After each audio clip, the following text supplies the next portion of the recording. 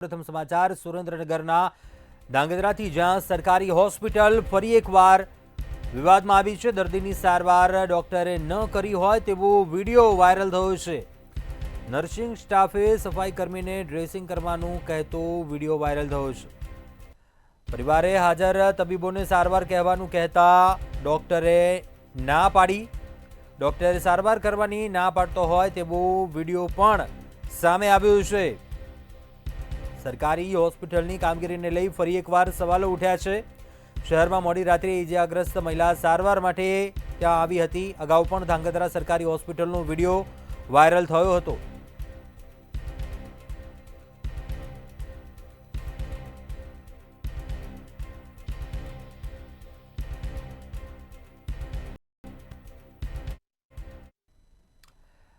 આગળ વાત કરીશું જૂનાગઢથી સમાચાર સામે આવી રહ્યા છે જ્યાં યુવાને એસિડ ગટગટાવ્યું। જૂનાગઢના કેશોદમાં યુવકે અગમ્ય કારણોસર એસિડ પીધું। યુવકે એસિડ પી લેતા સારવાર અર્થે હોસ્પિટલ ખસેડવામાં આવ્યો। યુવકને સરકારી હોસ્પિટલ બાદ ખાનગી હોસ્પિટલમાં ખસેડવામાં આવ્યો। એરપોર્ટ રોડ પર રહેતા ભાવેશ મહિડા નામના યુવકે એસિડ પીધું। યુવકના પરિવારને જાણ થતાં જ ખાનગી હોસ્પિટલે દોડી આવ્યો હતો। કયા કારણોસર આ પગલું ભર્યું છે તે દિશામાં તપાસ હાથ ધરાઈ રહી છે। કેશોદ પોલીસે ઘટના અંગે વધુ તપાસ હાથ ધરી છે।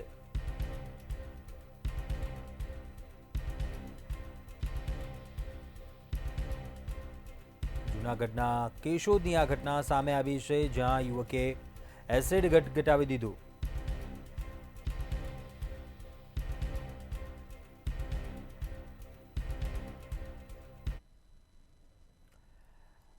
આગળ વાત કરીશું સુરતથી સમાચાર સામે આવી રહ્યા છે કે જ્યાં વિદ્યાર્થીઓ ડીઈઓ કચેરીએ પહોંચ્યા હતા। વડોદરામાં ધોરણ 8ના વિદ્યાર્થીની આપઘાતનો જે મામલો બન્યો હતો, વિદ્યાર્થીઓ દ્વારા ડીઈઓને રજૂઆત કરવામાં આવી છે। આ મામલે ફી બાબતે શાળા દ્વારા વિદ્યાર્થીનીને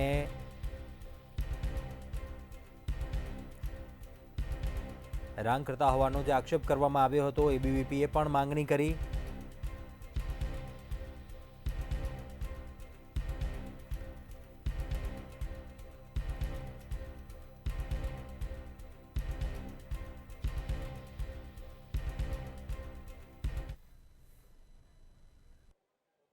સુરતના ગોદાદરા વિસ્તારમાં ધોરણ 8ની વિદ્યાર્થીની આપઘાત કરી લીધો હતો। વાલીઓનો સ્પષ્ટ આક્ષેપ હતો કે સ્કૂલ દ્વારા તેને માનસિક રીતે ટોર્ચર કરવામાં આવતી હતી। ફી નહીં ભરવાને કારણે તેને લેબમાં સતત 5 કલાક સુધી બેસાડી રાખવામાં આવતી। સ્કૂલ ખાતેથી સીસીટીવીઓ પણ સામે આવ્યા હતા, જેને લઈને હવે અન્ય વિદ્યાર્થીઓ મેદાને ઉતર્યા છે અને ડીઈઓને આવેદનપત્ર આપવા માટે અહીં ડીઈઓ કચેરી આવ્યું છે। ત્યારે કેટલાક વિદ્યાર્થીઓ પણ અહીં જોવા મળી રહ્યા છે, જેઓ આ વિદ્યાર્થી માટે ન્યાયની માંગ કરવા માટે આવ્યા છે। ભલે પોલીસ તપાસ ચાલુ છે, પરંતુ ક્યાંક ને ક્યાંક આ વિદ્યાર્થીને ત્યાં માનસિક રીતે ટોર્ચર કરવામાં આવ્યું હોવાના પણ આક્ષેપો ઉઠી રહ્યા છે। આપણે આ વિદ્યાર્થીઓથી જ વાત કરીને જાણે એમનું શું કહેવું છે।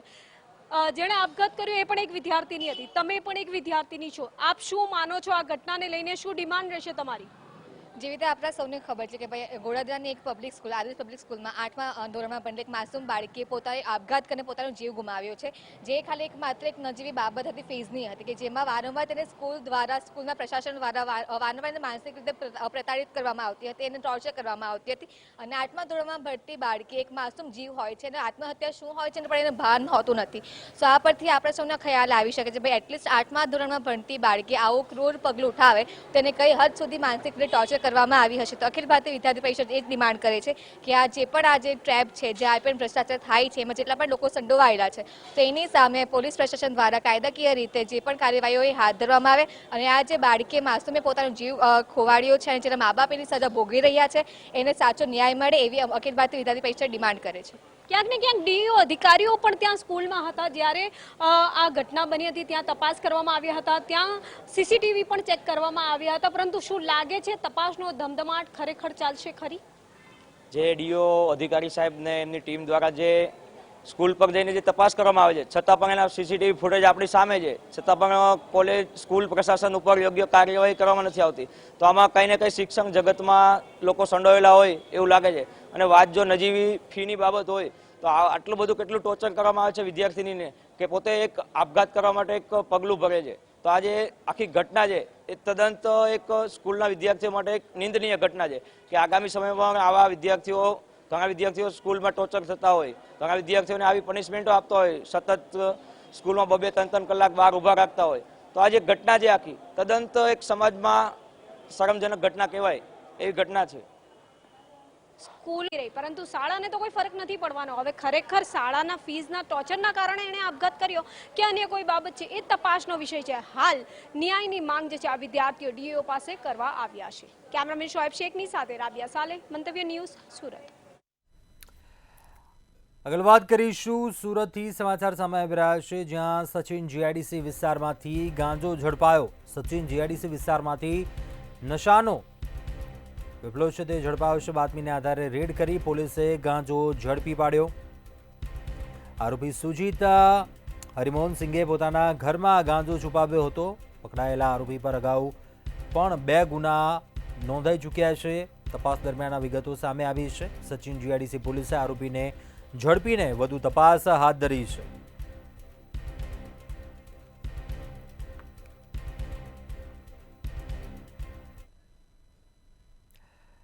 જૂનાગઢ સરકારી ટેકાના ભાવે મગફળી ખરીદીમાં ગુલમાલના ખુદ ભાજપના ધારાસભ્ય દ્વારા જ આક્ષેપ કરવામાં આવ્યા. માણાવદરના ધારાસભ્ય અરવિંદ લાડાણીએ આક્ષેપ કરતા કહ્યું કે ગુજકોમસોલના અધિકારીઓ મનમાની કરી રહ્યા છે. જિલ્લામાં થતી તમામ ખરીદીમાં ગુલમાલ થઈ રહી છે.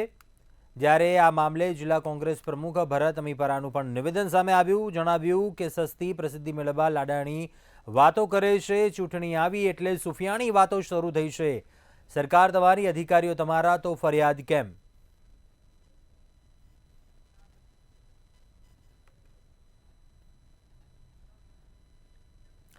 જૂનાગઢમાં ડીડીઓ ચેમ્બરમાં આપઘાતનો પ્રયાસ કર્યો હતો. જિલ્લા વિકાસ અધિકારીની ચેમ્બરમાં 2 મહિલાઓએ દવા પીધી હતી. રૂપાવટીની સરપંચના પત્ની અને માતાએ ઝેરી દવા પીધી હતી. ઉપસરપંચે કરેલ ઉચાપતની ફરિયાદ અનુસંધાને રજૂઆત કરવા ગયા હતા, જેમાં આપઘાતનો પ્રયાસ કરનાર બંને મહિલાઓ ગ્રામ્ય પંચાયતની સભ્ય છે. ઉપસરપંચ દ્વારા વારંવાર ધમકી આપવામાં આવતી હોવાના આક્ષેપ કરવામાં આવ્યા છે. હાલ બંને મહિલાઓ જૂનાગઢ સિવિલ હોસ્પિટલમાં સારવાર હેઠળ છે. અમારા પત્નીએ જિલ્લા વિકાસ અધિકારીને અમે વારંવાર રજૂઆત કરવા જાતા આસમ જુસોબ અને મહેશ કેશવ અને ઇમ્તિયાઝ ઈશા દ્વારા અમને જાનથી મારી નાખવાના હુમલા કરવામાં આવેલ છે અને એ લોકોએ મોટા પાયે ઉચાપત કરી છે અને દબાણ કર્યું છે. એની અમે કાર્યવાહી કરીએ એટલે અમને હિખે જીવવા નથી દેતા અને અમારી માથે હુમલા કરે છે અને ખોટા કેસ કરી અને અમને ફસાવે છે. પોલીસ વિભાગ અમારી એક પણ અરજી લેતા નથી. એટલે અમે જિલ્લા વિકાસ અધિકારીને કાલે સાંજે રજૂઆત કરવા ગયા હતા, પણ કલેક્ટરમાં મિટિંગ હતી તો વયા ગયા, ન મળ્યા. એટલે અમે સવારમાં આવ્યા અને અમે સાહેબને કીધું હતું કે સાહેબ અમને ન્યાય આપો, નકર અમે આત્મવિલોપન કરી જાવ. જૂનાગઢ મહાનગરપાલિકા ચૂંટણીને લઈને કોંગ્રેસ સક્રિય થઈ છે. શહેર કોંગ્રેસ દ્વારા ચૂંટણીની તૈયારીઓ પૂરજોશમાં ચાલી રહી છે. ત્યારે કોંગ્રેસ શહેર પ્રમુખ મનોજ જોશીએ ચૂંટણીને લઈને પ્રતિક્રિયા આપી છે અને જણાવ્યું કે ભાજપથી ત્રસ્ત જૂનાગઢવાસીઓ કોંગ્રેસનો સાથ આપશે. વારંવાર તોડવામાં આવતા રોડ રસ્તાને લઈને પ્રજા ત્રાહિમામ છે. છેલ્લા 2 વર્ષથી પૂરની પરિસ્થિતિને લઈને પણ લોકોમાં રોષ છે, તેમજ કોંગ્રેસ શાસનમાં આવશે તેવી આશા શહેર પ્રમુખ મનોજ જોશીએ વ્યક્ત કરી હતી. તમે રોડ રસ્તાની હાલત જુઓ. જૂનાગઢની જે ભૌગોલિક હાલત ખરાબ કરી છે, જે પ્રાથમિક સુવિધાઓ લોકોને મળવી જોઈએ તે શાસકો આપી નથી શક્યા. 1500 કરોડ 2,000 કરોડના પેકેજો સરકારશ્રીમાંથી આવે છે અને આ ગ્રાન્ટમાંથી 20%નું પણ ક્યાંય ખર્ચ થયો હોય એવું લાગતું નથી. એટલે આગામી ચૂંટણીમાં ભ્રષ્ટાચારનો મુદ્દો, વહીવટી નિષ્ફળતાઓનો મુદ્દો લઈ અને અમે ચૂંટણી પ્રચારમાં ઉતરશું અને અમને પૂરો ભરોસો છે પ્રજા પર કે આ વખતે સંપૂર્ણ બહુમતી સાથે કોંગ્રેસનું શાસન 6 નગરપાલિકા અને જૂનાગઢ કોર્પોરેશનમાં આવશે. રાજકોટના ખેડૂતો મોટી સંખ્યામાં ભાદર નદી પર ઉપસ્થિત રહીને પ્રદૂષણ પાણી બંધ કરવાને લઈ વિરોધ કર્યો હતો. જેતપુરમાં સાડી ઉદ્યોગ વિખ્યાત છે, ત્યારે તેનું પ્રદૂષણ પણ એટલું જ નદીમાં વહી રહ્યું છે. ત્યારે પ્રદૂષણના પાપીઓ કોઈપણ બીક વગર બેફામ રીતે ભાદર નદીમાં પાણી છોડી રહ્યા છે અને છતાં પણ એસોસિએશન કે જીપીસીબી કોઈ પગલાં લેતા નથી અને ભાદર નદીની હાલત ખરાબ થઈ રહી છે.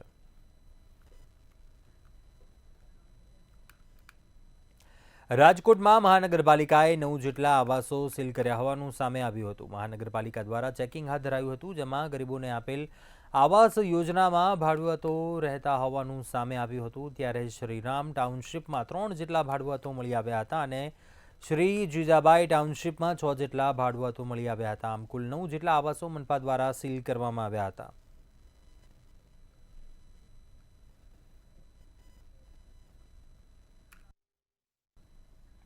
સુરેન્દ્રનગરના લખતર ગ્રામ્ય પંચાયત મીટિંગ હોલ ખાતે સામાન્ય સભા અને આયોજન બેઠક મળી હતી. ગ્રામ્ય પંચાયત સામાન્ય સભાને આયોજન બેઠક આચારસંહિતા લાગુ પડવાથી એજન્ટ આવી ગયા હોવાથી મીટિંગ બોલાવવામાં આવી હતી. ગ્રામ્ય પંચાયત મહિલા સરપંચ અધ્યક્ષ સ્થાને સામાન્ય સભાનું આયોજન કરાયું હતું. આ સાથે જ ગ્રામ્ય પંચાયતની આયોજન બેઠકમાં રોડ રસ્તા, ગટર, પીવાનું પાણી, લીકેજ, સ્ટ્રીટ લાઇટ તેમજ સાફ સફાઈના પ્રશ્નો ગુંજ્યા હતા. તેમજ લખતર ગ્રામ્ય પંચાયતના સભ્યો દ્વારા આયોજન બેઠકમાં કામગીરીને લઈને પણ ઉગ્ર ચર્ચા કરવામાં આવી હતી.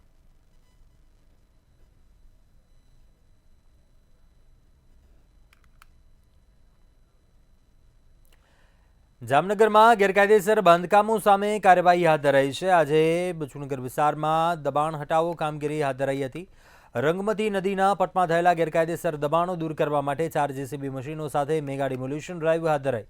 કોઈપણ અનિચ્છનીય ઘટના ન બને તે માટે જિલ્લા પોલીસ વડા પ્રેમસુખ ડેલુ અને ડીવાયએસપી જયવીરસિંહ ઝાલાની આગેવાની હેઠળ ચુસ્ત પોલીસ બંદોબસ્ત ગોઠવવામાં આવ્યો હતો. આ કાર્યવાહીમાં અંદાજિત 98,000 ચોરસ ફૂટ જેટલી જમીન પરથી દબાણો દૂર કરવામાં આવ્યા હતા.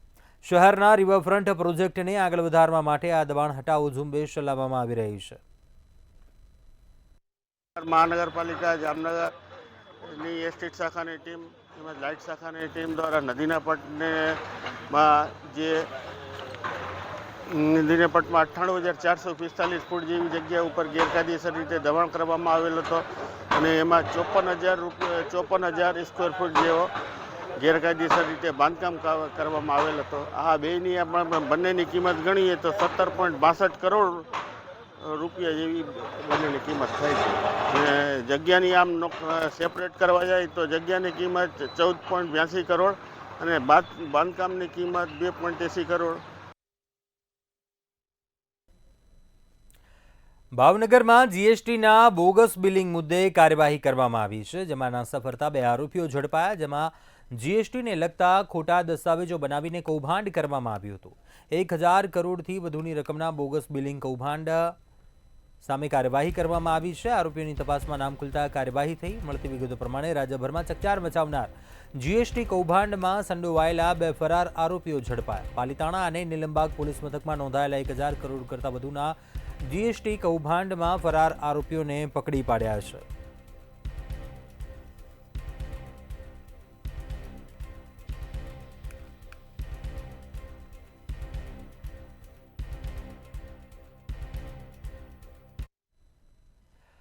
વેરાવળ પાટણ સંયુક્ત નગરપાલિકાના જન્મ મરણ શાખા દ્વારા રેકોર્ડ બ્રેક કામગીરી કરવામાં આવી છે. એક જ દિવસમાં 300થી વધારે અરજીઓનો નિકાલ કરાયો છે, જ્યારે વર્ષ 2024માં 15,000થી વધુ જન્મના દાખલાઓ એનાયત કરવામાં આવ્યા છે. મરણના 2,100 દાખલાઓ એનાયત કરાયા છે. વર્ષ 2025ના 20 દિવસમાં 600 જેવા જન્મના અને મરણના દાખલાઓ ઇસ્યુ કરવામાં આવ્યા છે.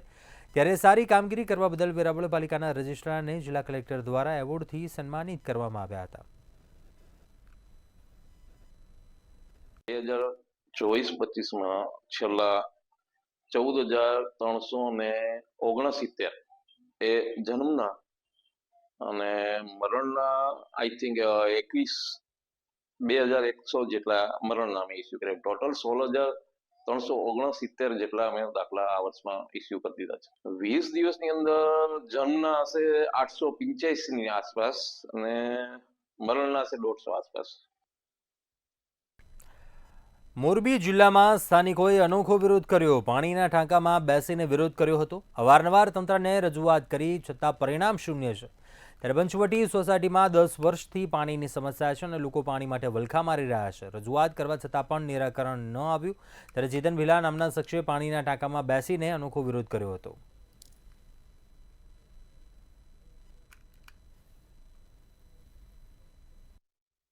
મારું નામ ચેતનભાઈ ભીલા છે. હું પંચવટી સોસાયટીમાં રહું છું. અમારે 10 વર્ષથી આ પાણી આવતું નથી. ક્યારેક અમે રાત્રે થોડું ઘણું ભરીને બાજુવાળાના બોરમાંથી લઈ અને અમારું જીવન ગુજાર ચલાવી છીએ. પાણી માટે રજૂઆત કરવામાં કલેક્ટરને અઢળક રજૂઆત કરી, કમિશનરને 2 વાર મળી આવ્યો. કમિશનર સાહેબ કાંઈ ધ્યાન દેતા નથી. આના પહેલાં ચીફ ઓફિસર હતા, એ ચીફ ઓફિસર વાળા સાહેબને હું રૂબરૂ 25 વખત અને 7 વખત અરજી કરીને દઈ આવેલો છું, તોય છતાં આ લોકો કંઈ ધ્યાન, નિંભર તંત્ર ધ્યાન જ નથી દેતું. તો પાણી એક મૂળભૂત જરૂરિયાત અને એનો છે, તો એ લોકો કેમ ધ્યાન નથી દેતા?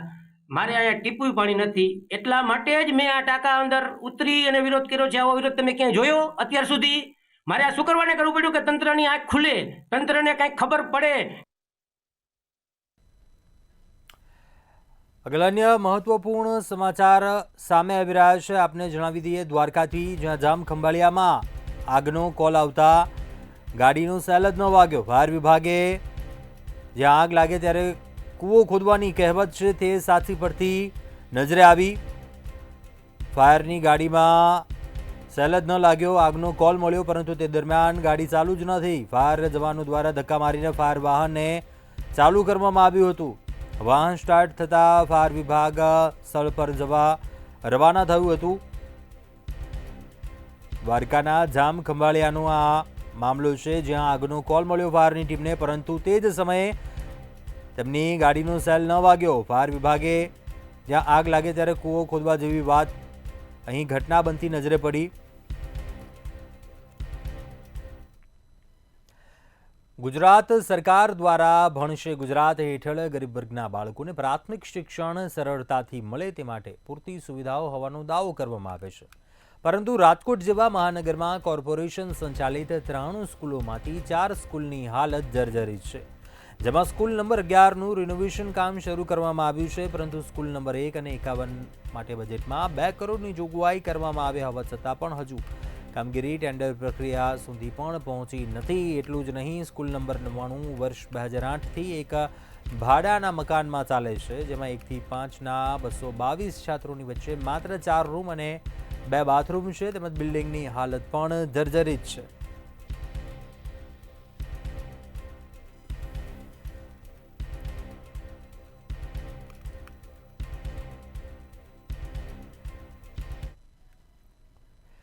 રાજકોટમાં શહેરી વિકાસ સત્તામંડળ દ્વારા 175મી બોર્ડ બેઠકનું આયોજન કરવામાં આવ્યું હતું. આ આયોજન ચેરમેન તુષાર સુમેરાના અધ્યક્ષ સ્થાને કરવામાં આવ્યું હતું, જેમાં વિવિધ 7 દરખાસ્તો અંગે નિર્ણય લેવામાં આવ્યો હતો. તેમજ દરખાસ્તો ઉપરાંત એજન્ડામાં રહેલી કુલ 7 દરખાસ્તો અંગેનો નિર્ણય કરાયો હતો અને હોર્ડિંગ્સ બોર્ડ અંગે નીતિ વિષયક નિર્ણયો લેવાયા હતા.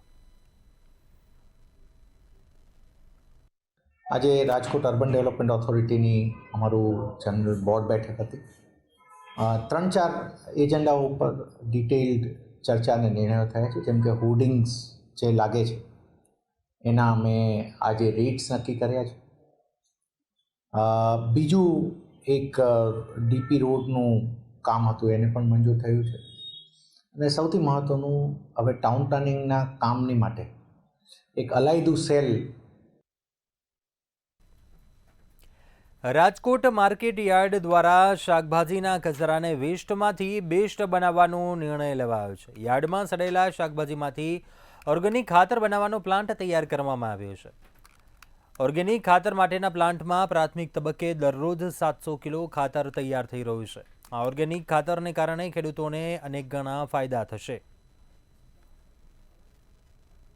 વિચાર વિમર્શ કરી અને એક પ્લાન અમલમાં મૂક્યો કે વેસ્ટમાંથી બેસ્ટ કેવી રીતના બને.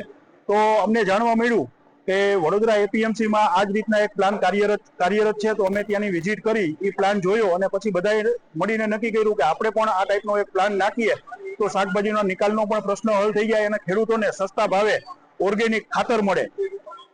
આ હિસાબે જે ખાતર ઓર્ગેનિક ખાતર માર્કેટમાં 50 રૂપિયાથી માંડીને 70 રૂપિયા મળે છે.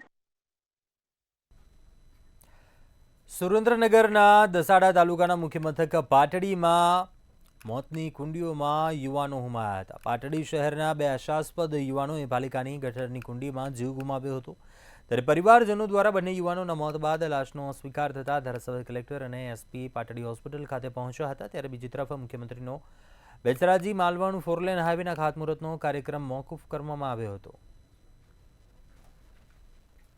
ગઈકાલ તારીખ 21/1/2025 ના રોજ સવારે કલાક 11 થી 12ની વચ્ચે પાટડી પોલીસ સ્ટેશનની હદમાં આવેલ ડિવોશન સ્કૂલની પાછળ પમ્પિંગ સ્ટેશનની અંદર પાટડી નગરપાલિકાના કોન્ટ્રાક્ટના કુલ 3 કર્મચારીઓ પમ્પિંગ સ્ટેશનની સફાઈ કરવા માટે ગયેલા હતા. આ દરમિયાન પમ્પિંગ સ્ટેશનની અંદર ગટરમાં રહેલ ગેસની ગુંગરામણના કારણે 3 ઈસમોમાંથી કુલ 2 ઈસમ ચિરાગભાઈ પાટડિયા તથા જયેશભાઈ પાટડિયા નાઓ અવસાન પામેલ અને આ કામે મદદમાં ગયેલ ચેતનભાઈ પાટડિયા તેઓને થોડી ઈજા થયેલ અને સારવાર દરમિયાન તેઓને રજા આપવામાં આવેલ છે.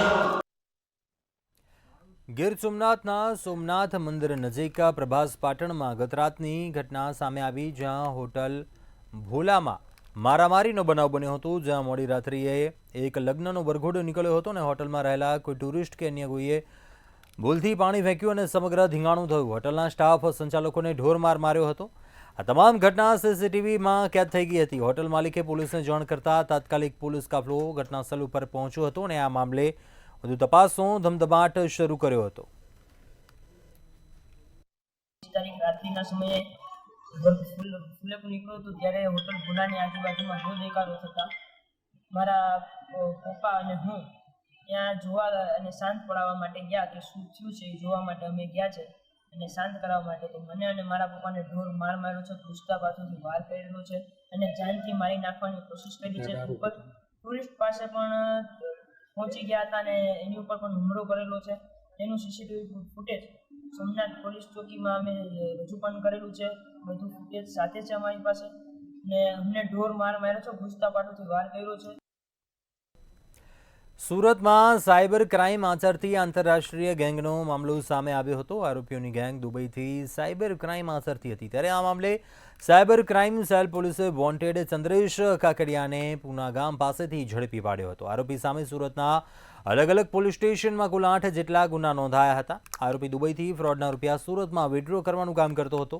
આ ગુનામાં કુલ 8 જેટલા આરોપીઓની ધરપકડ કરવામાં આવી હતી. સાયબર ક્રિમિનલ્સની જે ગેંગ છે તેનો પર્દાફાશ કરવામાં આવેલ હતો અને ત્યારબાદ એ ગુનો સાયબર ક્રાઇમ પોલીસ સ્ટેશનમાં રજીસ્ટર કરીને વધુ કાર્યવાહી કરતા અલગ અલગ ઈસમોને આજ દિન સુધી લગભગ 8 જેટલા જે ક્રિમિનલ્સ છે જેઓ અહીંયા સુરત શહેરથી સિમ કાર્ડ તથા મ્યુલ બેંક એકાઉન્ટ્સ પૂરું પાડવા માટે કાર્યવાહી કરતા હતા તેઓને ઝડપી પાડવામાં આવેલા હતા. આ કેસમાં જે ક્રિમિનલ્સ દુબઈ ખાતે છે તેઓની LOC વગેરે પણ ઇસ્યુ કરવામાં આવેલ હતી. સુરતમાં રૂપિયા 2500 કરોડના બોગસ પ્રોપર્ટી કાર્ડ કૌભાંડ મામલો સામે આવ્યો, ત્યારે આરોપી અનંત પટેલ વધુ એક વખત રજા પર ઉતર્યા હોવાનું સામે આવ્યું. સિટી સર્વે સુપ્રિન્ટેન્ડન્ટ 31મી જાન્યુઆરી સુધી રજા પર છે, ત્યારે CID ક્રાઇમમાં ફરિયાદ નોંધાયા બાદ બીજી વખત રજા પર ઉતર્યા છે, જ્યારે હજુ સુધી કોઈ ધરપકડ કે આગળની કાર્યવાહી થઈ નથી. તેમજ કાના ગામિત સામે પણ હજુ અસરકારક પગલાં ભરાયા નથી, ત્યારે બંને અધિકારીઓ હજુ પણ CID ક્રાઇમની પકડથી દૂર હોવાનું સામે આવ્યું છે.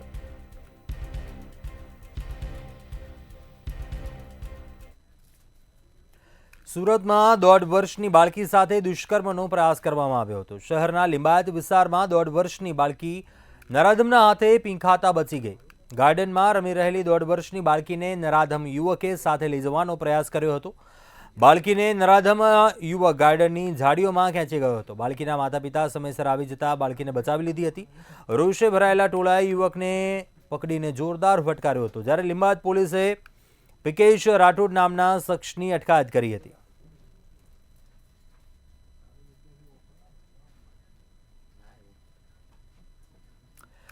સુરતમાં અંબિકા ટાઉનશીપમાં થયેલા મારામારી અને હુમલા મામલે ડિંડોલી પોલીસ એક્શનમાં આવી છે. ચેનલના કેબલ પર દોડતા ઉંદર જોવા મુદ્દે તકરાર થઈ હતી.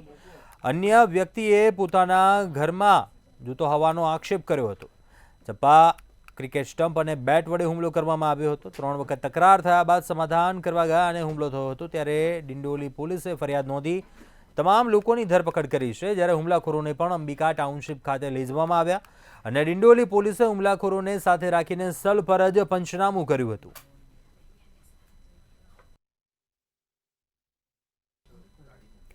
સુરતના ગોડાદરાની આદર્શ પબ્લિક સ્કૂલની વિદ્યાર્થિનીના આપઘાતનો મામલો સામે આવ્યો. ધોરણ 8માં ભાવના નામની વિદ્યાર્થીના આપઘાત મામલે ડીઈઓ દ્વારા 5 સભ્યની કમિટી બનાવાઈ હતી અને વિદ્યાર્થિનીના અભ્યાસમાં અનિયમિત હોવાનો ડીઈઓનો રિપોર્ટ આપવામાં આવ્યો. ત્યારે મૃતકની બહેન પણ એ જ શાળામાં અભ્યાસ કરતા હોવાનું જણાવ્યું હતું. ત્યારે મૃતકનો પરિવારે જણાવ્યું હતું કે ફી બાબતે વિદ્યાર્થિનીએ આપઘાત કર્યો હતો તેમજ ડીઈઓની ટીમ આજે રિપોર્ટ સબમિટ કરે તેવી પણ શક્યતા છે. એમણે સંચાલકના, આચાર્યના, શિક્ષકોના અને વિદ્યાર્થીની સાથે ભણતા અન્ય વિદ્યાર્થીઓના નિવેદનો લીધા છે. એ નિવેદનો અને આ ઉપરાંત સીસીટીવી ફૂટેજના આધાર પર પોતાનો રિપોર્ટ જમા કરાવ્યો છે અને રિપોર્ટના આધાર પર સાચી હકીકત શું છે એ આવશે. પછી શાળા સંચાલક મંડળ એમાં જવાબદાર હશે તો શાળા સંચાલક મંડળની વિરુદ્ધમાં પણ કાર્યવાહી કરવામાં આવશે. હાલ પોલીસ પણ આ બાબતની તપાસ ઝીણવટપૂર્વક તપાસ કરી રહી છે. નાની નાની બાબતોની પણ ચકાસણી કરી છે. મારી ટીમ પણ ચકાસણી કરી છે. એનો રિપોર્ટ આવ્યા બાદ હકીકત જે હશે એ પ્રમાણે કાયદેસરની કાર્યવાહી કરવામાં આવશે. આગળ વાત કરીશું. દ્વારકાથી સમાચાર સામે આવી રહ્યા છે. ચૂંટણીના પડઘમ વાગી ચૂક્યા છે. આચારસંહિતા લાગુ થઈ ગઈ છે અને જિલ્લામાં 16 ફેબ્રુઆરીના રોજ ચૂંટણીનું આયોજન. દ્વારકામાં 3 નગરપાલિકાની સામાન્ય ચૂંટણી, 2 તાલુકા પંચાયતની પેટા ચૂંટણી યોજાશે. 18 ફેબ્રુઆરીએ પરિણામના દિવસ સુધી આચારસંહિતા લાગુ.